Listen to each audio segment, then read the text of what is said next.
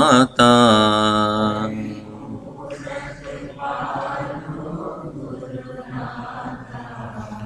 गुरुनाथा जय गुरुनाथा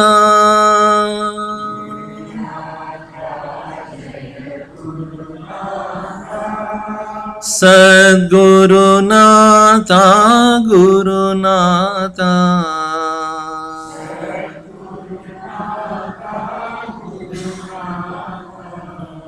गुरुनाथा गुरुनाथा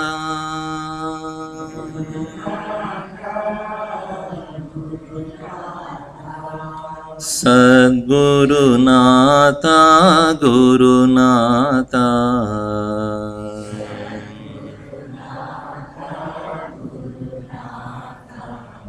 शंकर गुरो जय शंकर गुरो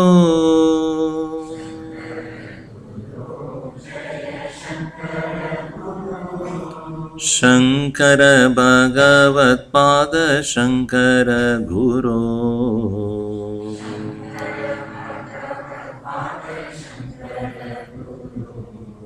शंकर भगवत्पाद शंकर गुरो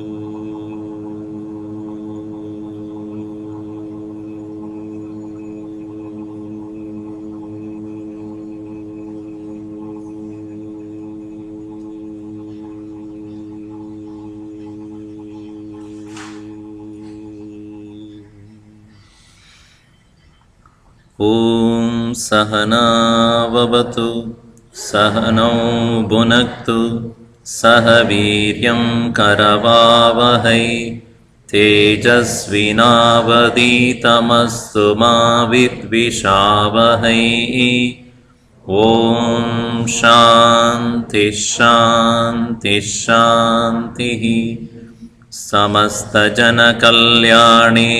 निरतं करुणामयं नमामि चिन्मयं देवं सद्गुरुं ब्रह्मविद्वरम् वेदो नित्यमधीयताम्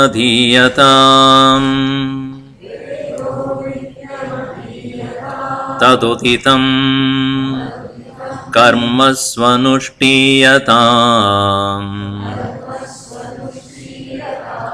तेनेशस्य विधीयताम् अपचितिः काम्ये मतिस्त्यज्यताम् पापौगपरिधोयताम्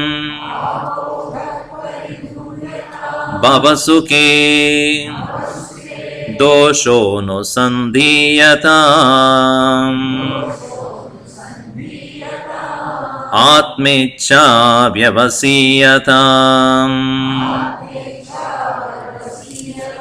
निजगृहात् तूर्णं विनिर्गम्यताम् संगसत्सु विधीयताम् भगवतो भक्तिर्दृढाधीयताम् Shantyati parichiyatam Dridataram Karmashu santyajyatam Sadvidvan upasrupyatam Pradidinam Tatpaduka sevyatam Brahmaikaksaramartyatam Shrudishiro Vakyam Samakarnyatam.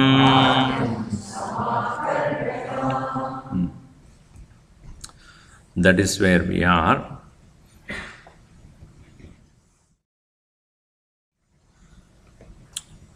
Here we saw that the letter Om, which is considered to be the symbol of the absolute truth, it is indicated in this chart also. Om is not just a symbol, it is the expression of the divine. And when we say divinity, it is not something far away from us.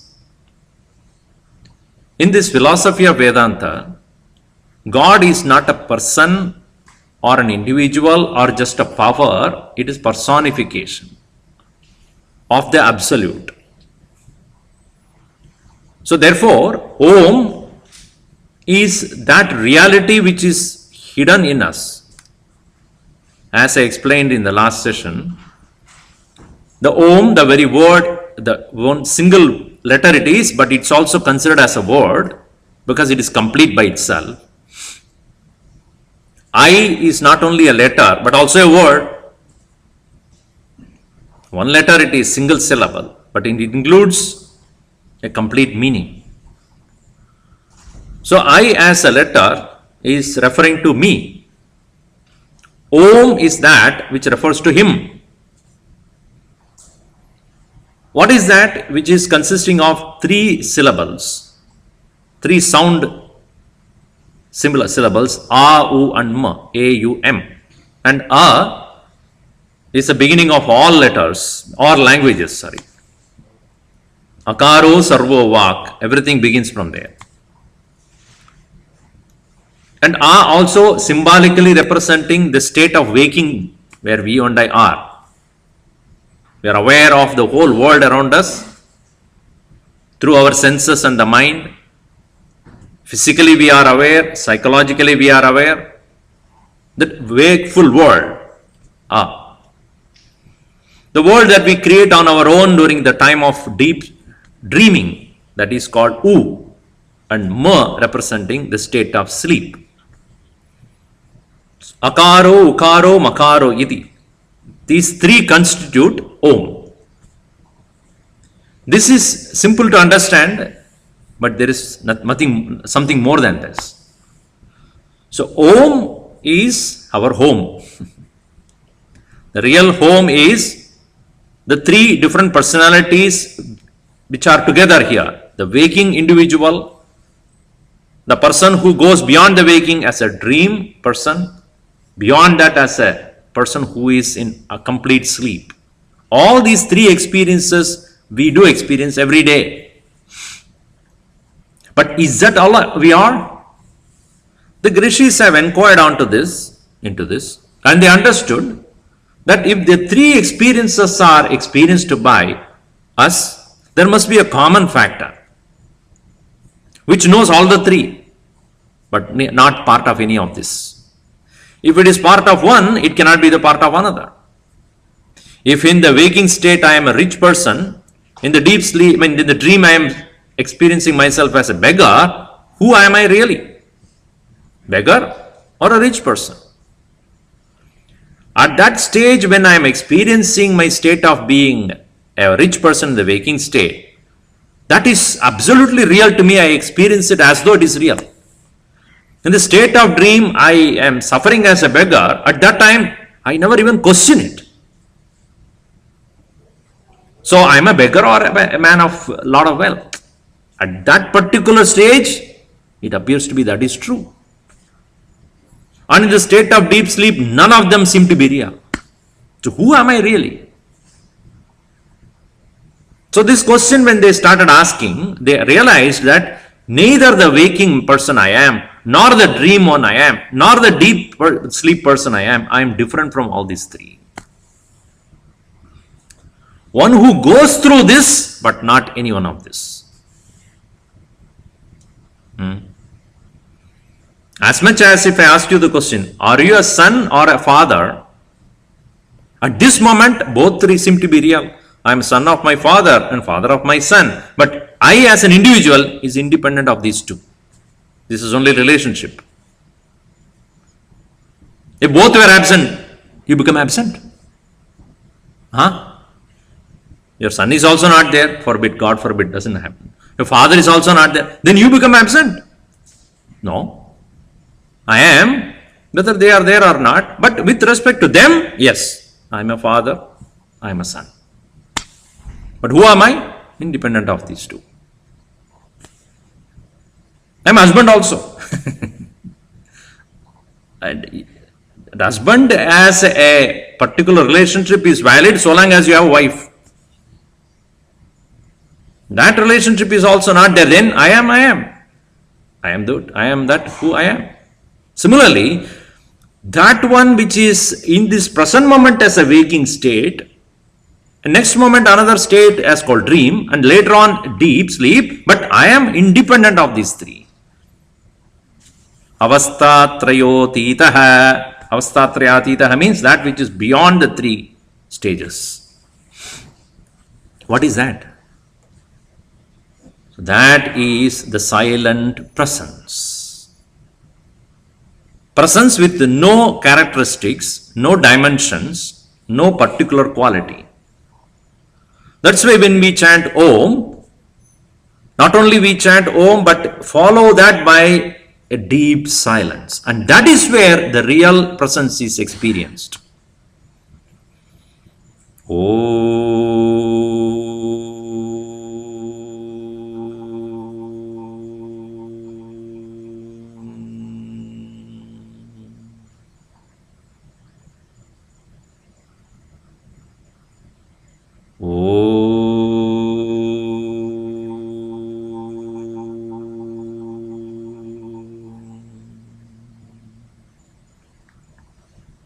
So the gap between these two Om, where there is no sound at all, is the stillness the mind experiences, provided it knows that is real me. The sound only symbolizes my experiences. Waking, dream, sleep, waking, dream, sleep, waking, dream, sleep. But that is a role that I play. As a waker, I have a certain roles to play. I take up certain responsibilities to fulfill. All right.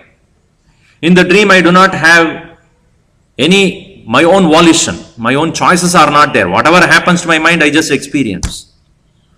And in this deep sleep, none of these are there, but I don't even become aware of my own existence.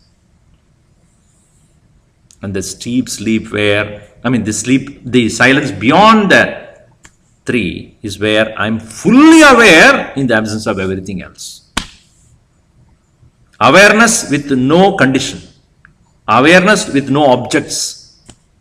Gurudev calls it as objectless awareness. Only subject remains. I am not a husband, I am not a father, I am not the son, I am. So that one must understand.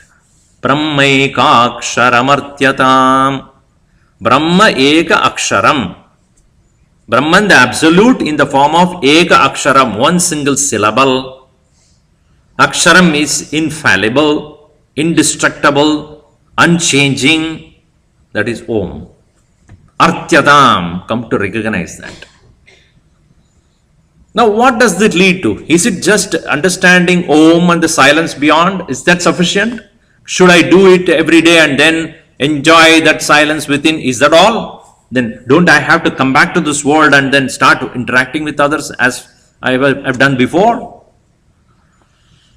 One cannot remain staying in that isolation and solitude alone. He has to get back to the world and engage in daily activities.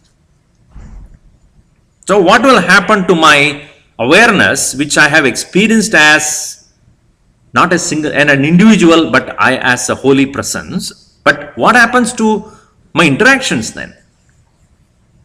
Therefore, the Upanishads came up with 4 important Mahavakyas, they are called, great statements. These 4 statements, like you have 10 commandments, like you have in the Bible or in the Talmud.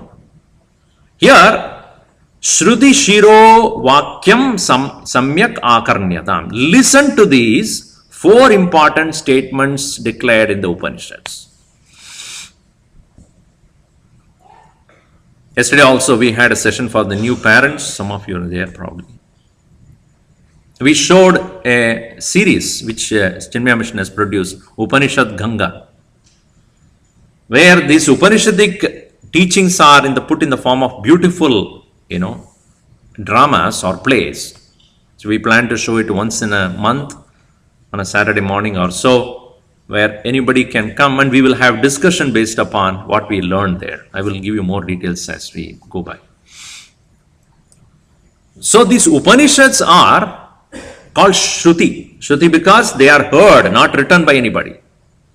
Shruti Shiro Vakyam Samakarnyadam. So the men of great contemplation have listened to these statements which came to them, and they continue to continue to propagate that to the next generation, and it has been passed on from one generation to another until Vyasa, the great Vedavyasa, decided to compile them and put them in a book form or in a written form. Grantha, then it's called Grantha because he has written in small palm leaves and then tied them together.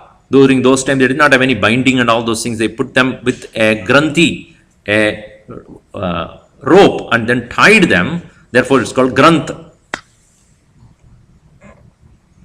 So these then passed on, and then later on it became printed documents. Now therefore this knowledge was not written down by anybody based upon their own assumptions. It was listened by them. It's called Shruti. What are the utmost highest statements of the Shruti? There are 4. Let me give a brief idea about that. Later on we will see more in detail. First one, he says, Prajnanam Brahma. Prajnanam Brahma. The absolute which you consider as God, which we all worship in temples and churches and mosques and whatever, that absolute truth, God, what we call it as, because God we understand as the one who created this world, sustains the world and destroys whatever. So there is we understand God only in respect to the phenomenal world. But the rishis did not think of God as only it's one who takes care of this world which we see. It is reality, the absoluteness, the absolute truth. So they said, what is that which is truth of you? Tell me. Now we are all so busy, we send our children to schools and colleges and education we give to them. That is called jnanam. We give them knowledge. We expose them to knowledge. We give them the experience of knowledge. So they learn physics, they learn math, they learn other subjects. These are all various subjects that they can learn. That is called jnanam. Jna, to know. Jnanam. Knowledge. But your child is interested in a particular subject more than anything else, let us say. Then the child goes into a deeper study of the one single subject and wanting to make that as the life's profession, to engage in pursuit of a particular knowledge, and that particular knowledge is called vijnanam, deeper study, vishesha jnanam. The science. So everything is a science. Physics is also a science. Music is also a science. What is science? Where a person goes deeper and understands the very core of it, very substance of it, very origin of it. The music is also a science. If you know the science of music, you go deeper and understand the nature of sound. Art is also a science in its own way. Every art form is a science. A skill is necessary, a deeper understanding is necessary. So when you go deeper into anything, that becomes Vijnana. Now this much we know. But the rishis were not just satisfied with this. The masters of the great psychological masters, they said, to know anything or to know anything in particular, one thing must be necessary, that is awareness. I must be conscious. I must be a thinking being. I must be an awareful being, which is not present in any other animals. They don't get into science. They just live instinctively. They don't choose things. Whatever comes to them, they will act and react. They don't ask questions. They don't inquire. They don't try to find out the cause of it. They don't want to change anything. Whereas human beings cannot be.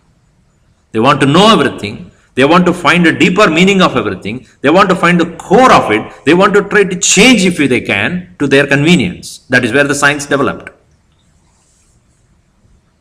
So what makes me becoming more and more aware of things and trying to find out the core of everything? Because I am awareness. I'm aware. I'm conscious. Not only I'm conscious about myself, because of that consciousness about myself, I'm conscious about everything else around me. So the animals are just aware of what is around them, but not about them. Whereas a human have the choice of just not only being aware of what is around them, but also about. And this inquiry into oneself leading to prajnanam. The very presence in me which is full of consciousness must be the support of the entire world. Only a living being can be even aware of matter. Matter does not become aware of itself. The chair on which you are sitting is not aware of itself. Had it been, it would have thrown you out long time back. Matter is matter, jadam. It is inert. But we are not just inert beings. You won't allow somebody to stand and sit on you, do you? Unless you allow it. So, I am not jadam, I am chaitanya. I am conscious, I am a sentient being. I am awareful being, not only about everything else, but I am aware of myself. And I have choices. So this one which is self-conscious, self-aware, that's called prakarshena jnanam. That's called prajnanam. The word jnanam is the same. Jnanam, vijnanam, prajnanam. So this awareness which I am, in the absence of which even the matter will not be known. So what is supporting the matter? What is that which makes me aware of matter? Awareness. In which absence, the whole world does not seem to be known. Is it not? In, let us say, a situation where everybody becomes, everybody sleeps, will the world exist then? To whom? Only one who is awake will know what is there. Nobody is awake then. That's called pralaya. Everybody is gone to sleep. Prakarshena laya kritatvartha. Everybody has gone to sleep. Then no, the world does not even exist. For whom would exist? That's a question the great masters asked. If all of them have gone to the state of nullness, nothingness, mute, to whom is this world? So what makes the world available, aware, is the awareness. So prajnanam. Therefore, that very consciousness which is in the form of my own self-awareness is there. That is the absolute. That is the core of everything. So therefore they declared prajnanam brahma. Brahma means brihatva, the absolute. No, you can go on thinking about it, but let us restrict to this the meaning and a little explanation on that. So they say prajnanam brahma. Now this consciousness is Brahman. That is the absolute. That's the first statement.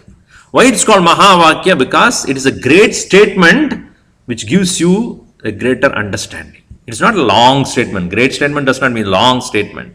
It is a statement that makes you awareness of the greatness.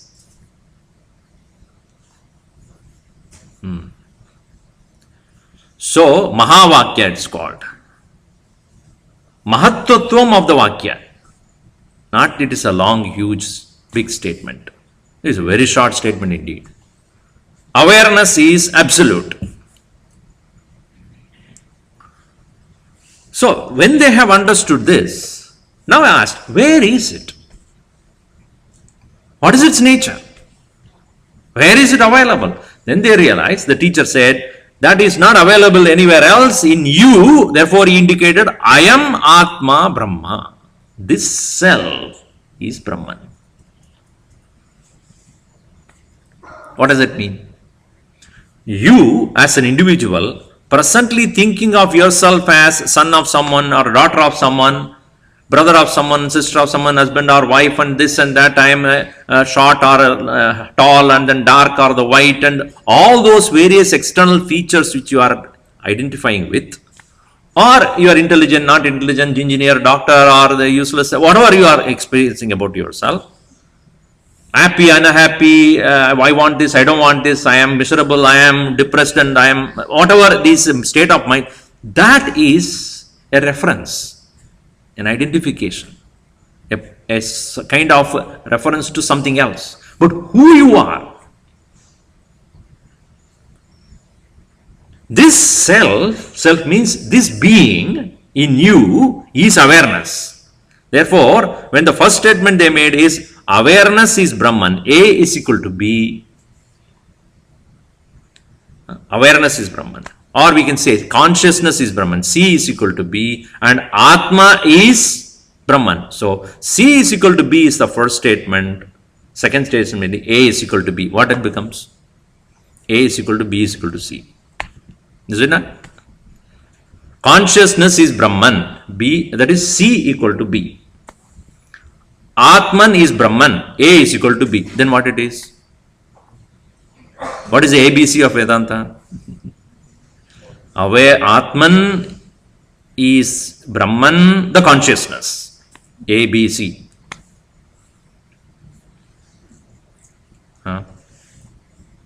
So what is that Atman?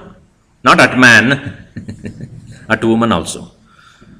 Atman means the self. What I consider myself. So when you say, hey, come here, me, myself. So what do you say myself? What is that you are referring to yourself as? This particular portion. Do you ask myself? When you say this, you are referring to the whole being of yours, not the physical chest only alone. Even though you touch here, it doesn't mean you are referring to a chest, but you are meaning I. That I, the self, presently now thinking itself as a body, mind and intellect alone, is not that. The presence, the awareness, which is in me, presently identified with the body, etc., behaving like an individual. This self is Brahman. I am Atma, Brahma. Now, when the student realizes this awareness is Brahman, which is in me as the self, he looks at the world around. So that means everybody is potentially that Brahman only. Then he looks at the world, the mountains and the rivers and the sun, the moon, the whole galaxy, the planets and the whole cosmos, the whole universe. He wonders, what about all these? Who is the one or what is that which has made these possible? So then the teacher says, just like you as an individual has a limited body, mind and intellect with which you function, which is what you as a jiva. All collective bodies, all minds, all intellects together, there is one self which is working through all of them. God, Ishvara. See, I as an individual can do limited things. I can go from here to there. I can lift a few chairs and put it there, possible. Now let all of us do something. Will it not be done faster and much better? If I have to clean this room, it will take an hour for me to do that. With all of us take a part of it and do it, 5 minutes, it's all done. So where did the power come from? Collectiveness, is it not? When collectively, yes.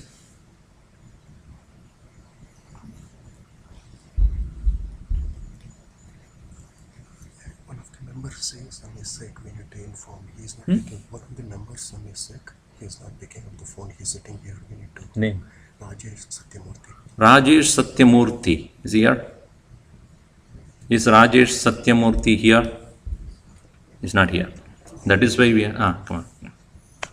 We always ask the people to be here in case children are not well. Okay. So collectively, when we do something, it can be done much more efficiently, much more faster. So, according to the Vedantic understanding, what is or who is God? The collective consciousness.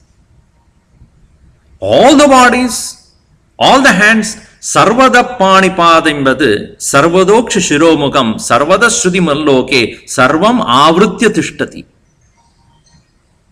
With all the hands, all the legs, all the faces, all the mouth, all the intellects together, operated by one consciousness. It is not many consciousnesses, collectively one consciousness, expressing through all the hands and legs and feet and the mouth. That is referred as God. Through all the birds, through all animals, through all humans, through all the hidden forces also. Not only that physical individual beings, but also the forces like water, fire, air, space, wind. Through all the forces also, that one which is functioning through all of them, that is called the Supreme as Lord, God. That is referred as that. Because it is not you. It is something different from you in terms of the ability. So, that which functioning through all bodies, all forms, etc., that essence of that and essence of you is one and the same. Various bulbs are there, but electricity is only one. The electricity that is there in front of me in the computer is the same one which is functioning through all the bulbs there. When all the bulbs are on, whole place is lit. If I want only one lamp here, only this place is lit. But the current is the same. Just like it is functioning through me as a single individual limitedly, it is, if it is functioning through all of them, it is uncontrollably powerful. So that essence of that and essence of you are one and the same. The equipment, upadhi, is different. Equipment with which God function is the wholeness. Equipment with which you function is limitedness. Alpa upadhi and mahat upadhi. The supreme performance, supreme equipment with which he is functioning, and you are functioning through limited one. Alpa Shaktiman, Maha Shaktiman. Alpa Buddhiman, Maha Buddhiman. So that one which has all the power is referred as that, and the one which has a limited power is Tvam, you, but essentially one and the same. Therefore, Tat Tvam Asi. That thou art. This is the third statement. So first statement is consciousness is Brahman. Second is Atman, the self in you, presently identified with the limitations. That one in you is Brahman. Third, that which functioning through all equipments, all the hands and legs and the eyes and the ears and the mouth, all of that. That's what Krishna showed in 11th chapter in Bhagavad Gita. I am the whole thing. Good and the bad, right and the wrong, it's construction, destruction, birth and death and joy and sorrow and everything of all living beings is mine. It is me pervading through the whole thing. Vishwarupa. Sahasrashirusha Purusha Sahasraksha Sahasrapad Sabhumim Vishwado Drishma Atyatishtaddashangulam Purusha Evedakam Sarvam Yadbhutam Yachabhavyam Utamritatvaseshana Yadanne Natirohati Etavan Asya Mahima. This is what we chant when we are offering the ahut, the abhishek to the Lord, that you are that Purusha who is functioning through all. Your greatness is unparalleled. So that Purushottama, Purusheshu Uttamaha, the supreme person who envelops everything, is referred as God. So God, as I said in the beginning itself, is not a person, it's not an individual, it is a power. Just like Obama, when he puts a signature, it's a power, is it not? We have elected him to represent all of us. So when he signs an agreement, etc., which means the entire country is agreeing to that, though you may not agree to it. But you have given that power to him. Majority has given power to him. So what he writes is right. So the Lord represents the entire being, all living beings put together, but the one which is behind that is the same awareness and consciousness which is there within you, within each one of us. So consciousness is Brahman, the self is Brahman. That one which is behind the entire phenomenal world is the same in me. Tat Tvam Asi. Thou art that. This is what the teacher says. When he teaches the student, therefore do not think God as a different being. As a being is the same, but as a power is superior. So there should be a prayerful attitude towards that power. But understand that essentially, the God as a power, the essence behind that power of God, and the essence behind me as an individual being is one and the same. The nature of that God is also awareness. The nature of me is also awareness. He also exists, I also exist. He is also Ananda, I am also Ananda. Satyam Jnanam Anantam Brahma. I am Sat, Chit and Ananda. He is also Sat, Chit and Ananda. But then, when it comes to the phenomenal existence, his power is mighty and mine is limited. So, Tattvam Asi. This is the third statement. So, this is called Upadesha Vakya. It is advice. Then the student goes to sit in contemplation, to be that awareness alone and nothing else, because all other limitation that I have is because of identification with my individual body, mind, intellect. If I can transcend that limitation and recognize myself only as the pure consciousness, I am one with him. Is it not? The Lord essentially is consciousness. I am consciousness. When I identify myself only with the physical body, mind, intellect, I come to recognize myself as a limited, miserable husband or wife here.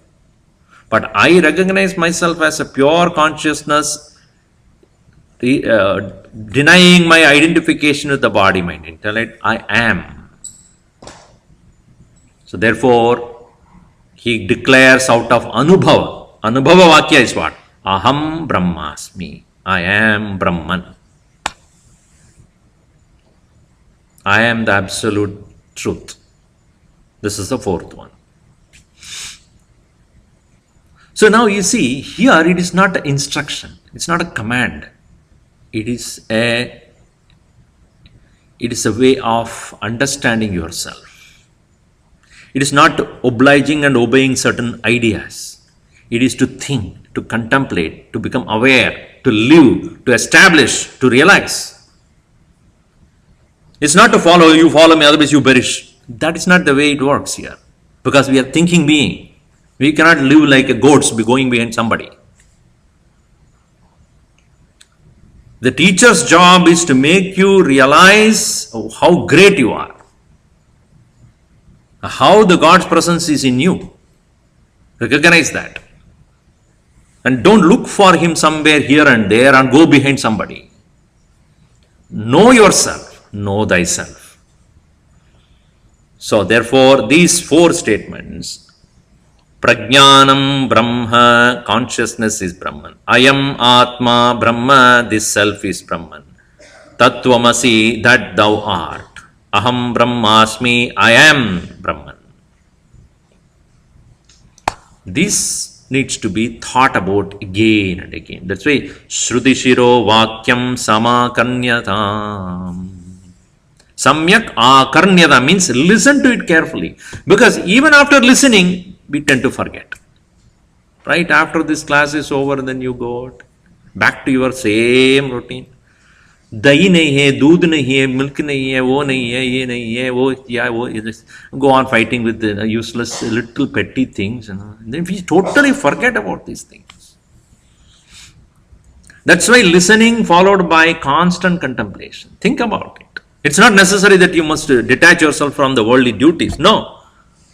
But understand that's the role you are playing, play that. But pay attention to this, reality of yours. So one must spend time, quality time in contemplation. Just like when you are eating, if you don't chew at all and eat, what happens? Your stomach has to do the job. And so people have so much problem with the stomach. Oh, hey, dard hai, wahan dard hai. Because you are not paying attention to the process of eating. Similarly, you don't pay attention to the process of thinking. So even when we take it, we vomit. It is not useful to us at all. So become aware of your own awareness. I am awareness. Essentially, me and God are one and the same. I do worship and pray and then do all the puja, etc., knowing that he has the power of expressing that consciousness through many ways. Everything, sun, the moon, the water, the fire, the air, the phenomenal world, through and all living beings. I can control only myself. I cannot control anybody here. Can I? They may listen to me out of respect. If I go on saying do this, say, why is Swamiji so annoying? At some point of time, they lose respect. Why? Because if I keep on nagging them, so also with your own children also, when they are young, they will, after some time, Mom, I know what I am doing. They also, and after some time, they have their own individual personality. I cannot have control over anybody else. No one. But the one who is working through all of them is the Lord. So when I cannot accomplish a thing on my own, I seek his help. Oh Lord, work through everybody. So what I can accomplish is limited. What you can accomplish is unlimited. So I pray to you, make it happen. Because it's a noble endeavor, you make it happen. Through everybody. Nothing happens on its own. Magically it won't happen. Inspire everyone to work towards that. Let us say that you want to get your son married or daughter married, then you are doing whatever you can, but you cannot decide about what will happen. So therefore you pray to the Lord, make sure that everyone is aware of what they are doing and let them all together work for the same thing. Oh Lord, I ask you to work through everyone. And make all the phenomenal forces also favorable to this. So the prayer has a meaning. Prayer has a meaning when we know why we are praying. Not constantly begging. You're just requesting. Knowing that through everyone, he alone can make it happen. That is why you see, people who have a lot of power and money, they think they are God. They're gundas actually, but they're God. Why? Because I can make it happen. Why? I have people. I have so many of them. See, Ravana also, so many people were there, he was so arrogant. When everybody is gone, he totally become lost. Why? All the people whom he depended upon, or all the people who were able to work for him, gone. They are destroyed. Why? Lord is fighting, Lord is in front of him. What can anybody do? That's why Mandodari said, don't ever try, even think about fighting with him, because he's working through everybody.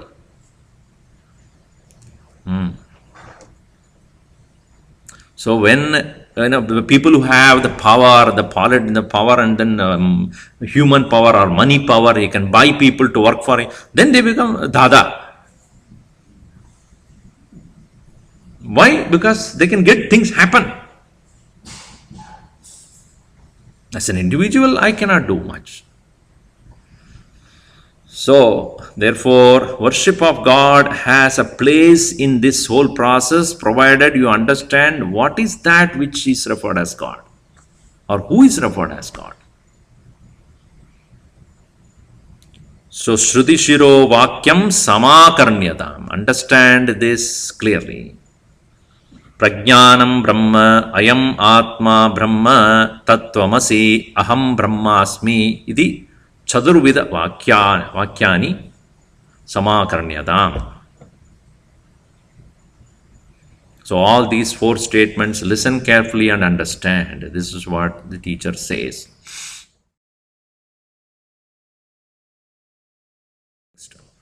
Vakyartascha vicharyatam Shrudishirah Pakshas samashriyata. As I said, contemplate upon this. Contemplation is what is referred as reflection also. Mananam it's called. Shravanat mananam, mananat dhyanam, dhyanat moksha. When you listen, it has to be followed by silence. Silisten. Same word, you put it another way around or jumble it up, it will become silent. A person who has listened becomes silent. Or when you're silent, you can listen. Once you have listened to these statements, then you spend time in chewing it. Like the youngsters, after eating food, goes on and on and on. Only the cows can do that. You've seen the cows, and they go on grass, they will, eat the grass and then sit in one corner. That's why they call each other guy. Hey guys, how are you? I was constantly, Anyway, so you have to go on chewing it. What is chewing here? Mananam, matanam. When the milk is there and you put a little curd on that, it becomes a yogurt. And then you churn it to get the butter. Isn't it? What is butter? Butter is nothing but the essence of curd where it is dehydrated. The water is taken out. Water is taken out and only the butter remains, and you put the butter back into the water, it will just float, dehydrated. In the same way, those who prepare, what is that? Srikhand, know it. Put it and then a thing and then take it out, the water completely, drain it out, what remains is the essence of the milk. In the same way, what is listened to is along with all other unnecessary distractions in our mind. So when you are doing mananam, you are doing matanam. Remove unwanted thinking or illogical or that which is not logical. Look at the rationale behind the thing. Not your likes and dislikes. Oh, I like the statement or I don't like the statement. These things have no place here. Is it true or not? That is the way inquiry should be done. Is it logical? Is it rational? Is it applicable? Is it practical? Even it is not my experience. That's why he says, Shruti Shira Paksha Samashriyadam. Take the standpoint of the scriptures and not your pet ideas. Presently, it is not my experience. That does not mean it is not true. So many times we don't accept things because that is not according to what I think. But here the teacher says, don't worry about what you think. Think about what is right. Don't think about whether you have experienced it or not. It is the experience of the great masters, and therefore, like that of us on the other day I said, what is science after all? What is declared by those people who worked on it? Do you believe it or not? Yes. Why? Because it is said by great people. Right? Even though it is not your experience, you believe.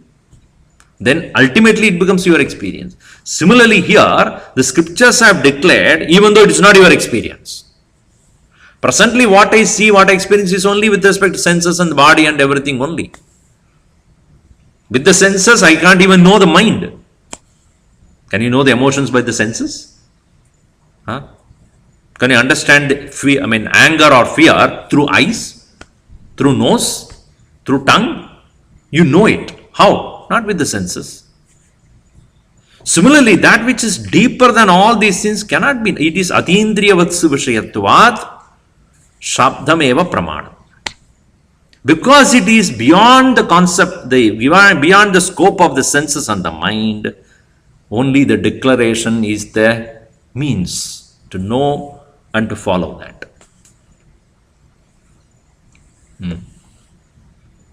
So that is why faith is necessary. You must believe in the statement of the scriptures. That is why it says, Shruti Shira Paksha Samashriyadam. Take the standpoint of the teachings in the scriptures. Understand the teaching of the ancient wisdom.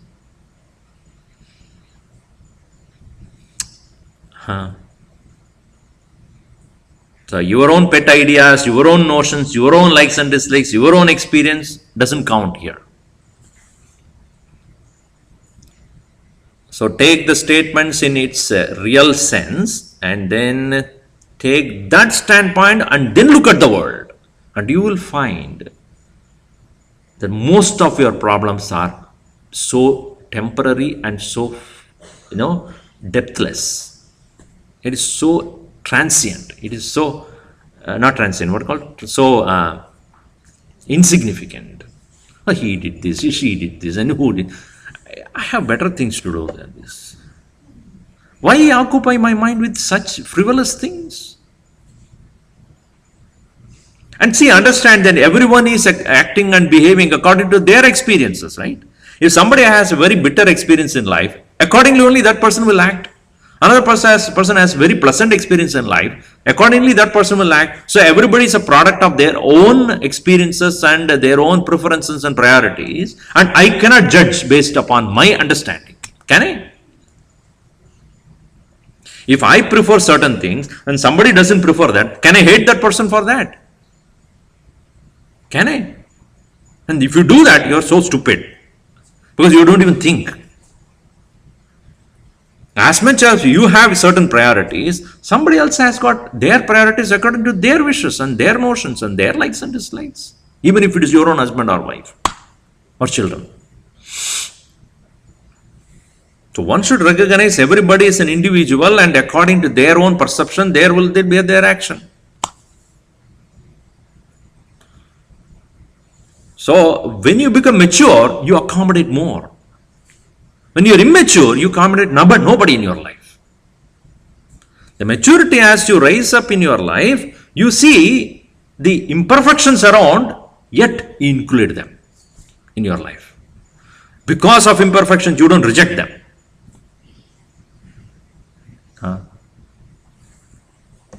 So as one rises in his or her own maturity, the ability to give up, ability to forgive, ability to accommodate, to love, to embrace, to include becomes more and more. So when I take the standpoint of the scriptures, from their standpoint, when I look at the world, he works through everyone. So if a criminal is there, he is working through the criminal also. He's a great saint is there, he is working through the saint also. Through the dog, to the cat, through the tiger, to the buffalo, to the bird, to sun, through the moon.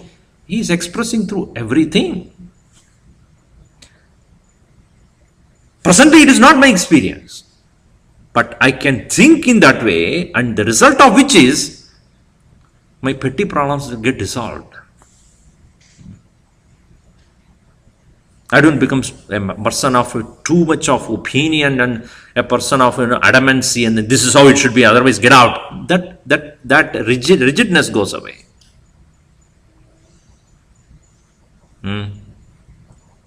So, Shridi Shira Paksha Samashriyata. Take the standpoint of the scriptures and look at it. The world will become such a beautiful place to live. Vakyartascha vicharyadam Shrudishira Paksha Samashriyata.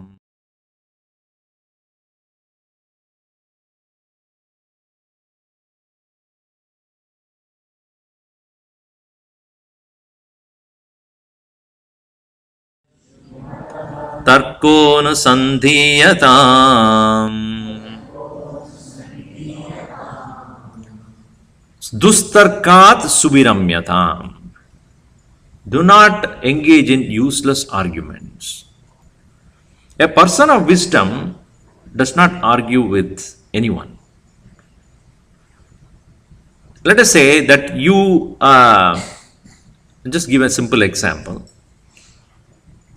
You went to some beautiful, vacation, Hawaii or somewhere else you went. Some other exotic place you went. And you went and saw, and it was so beautiful. The weather was perfect. Everything went very well, and you enjoyed your stay for a week or so, and you come back. And you tell your friends, that's such a place, beautiful, so exotic, so beautifully, everything was there and enjoyed it. Somebody says, I don't believe it. Now what do you do? How dare you don't believe me?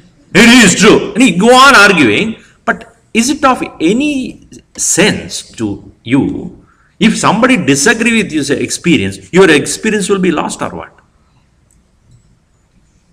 Your experience of a thing does not depend upon what others opine about. Others' opinion does not count, and it's become personal experience. Per my experience, this is true. I know it. And even if you disagree, it doesn't change me. Because I know it. Right? So, a person of knowledge and wisdom has no reason to argue. Why? Why should I put it to anybody? And even if somebody, let us say, apparently agrees with me, doesn't give any experience to him. Oh yes, I agree with you. Because I love you, I respect you. Right? Just because you love and respect me, you don't agree with me. You must take into your own life and find out yourself. That is how it should be. However much, even if I win the argument, it doesn't give you any experience. Or because I lose the argument, I don't lose my experience. You see?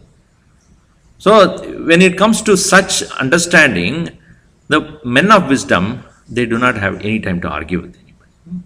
Okay, that is your opinion. I tell you what I have experienced, and this is what it is. You agree or not, it is up to you. If you agree, you may probably try to attempt and experience. If you don't agree, you are the loser, not me. So, dustarkat subiramyadam. Do not engage in useless arguments. Dustarka. Tarka means argumentation. Dustarka means sometimes it is a crooked argument also. There are three types of arguments. Three types of argument. One argument is, both of them are interested to know the truth. That is the most ideal one. We both want to know what is true, and therefore we engage in that. That's called vada. Vada means where both of them are interested in knowing the truth. When we have a conversation based upon that, it's called samvada.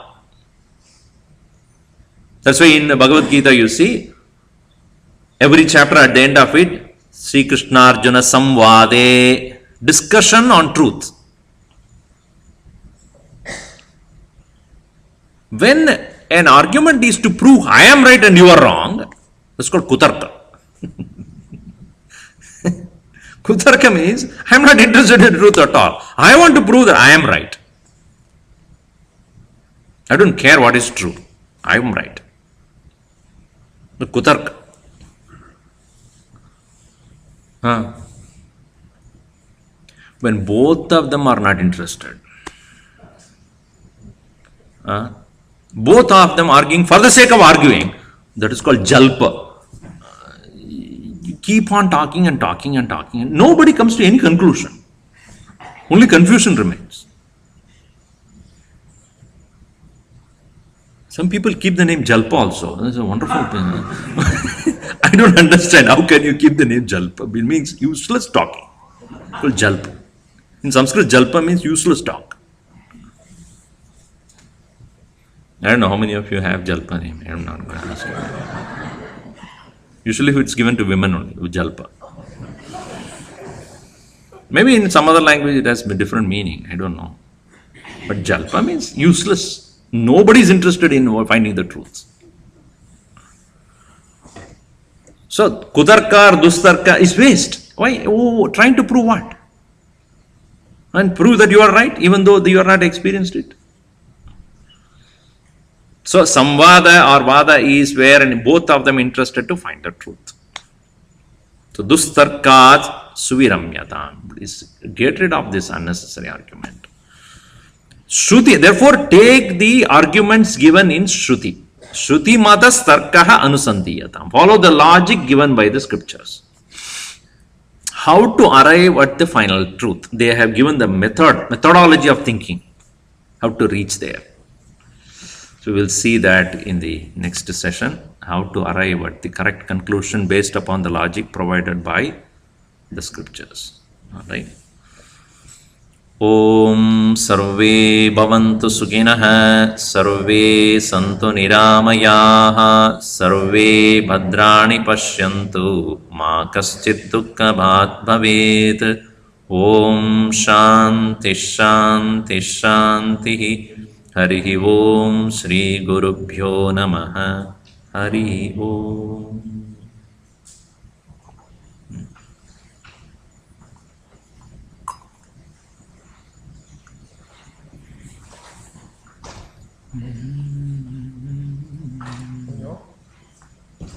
Put this on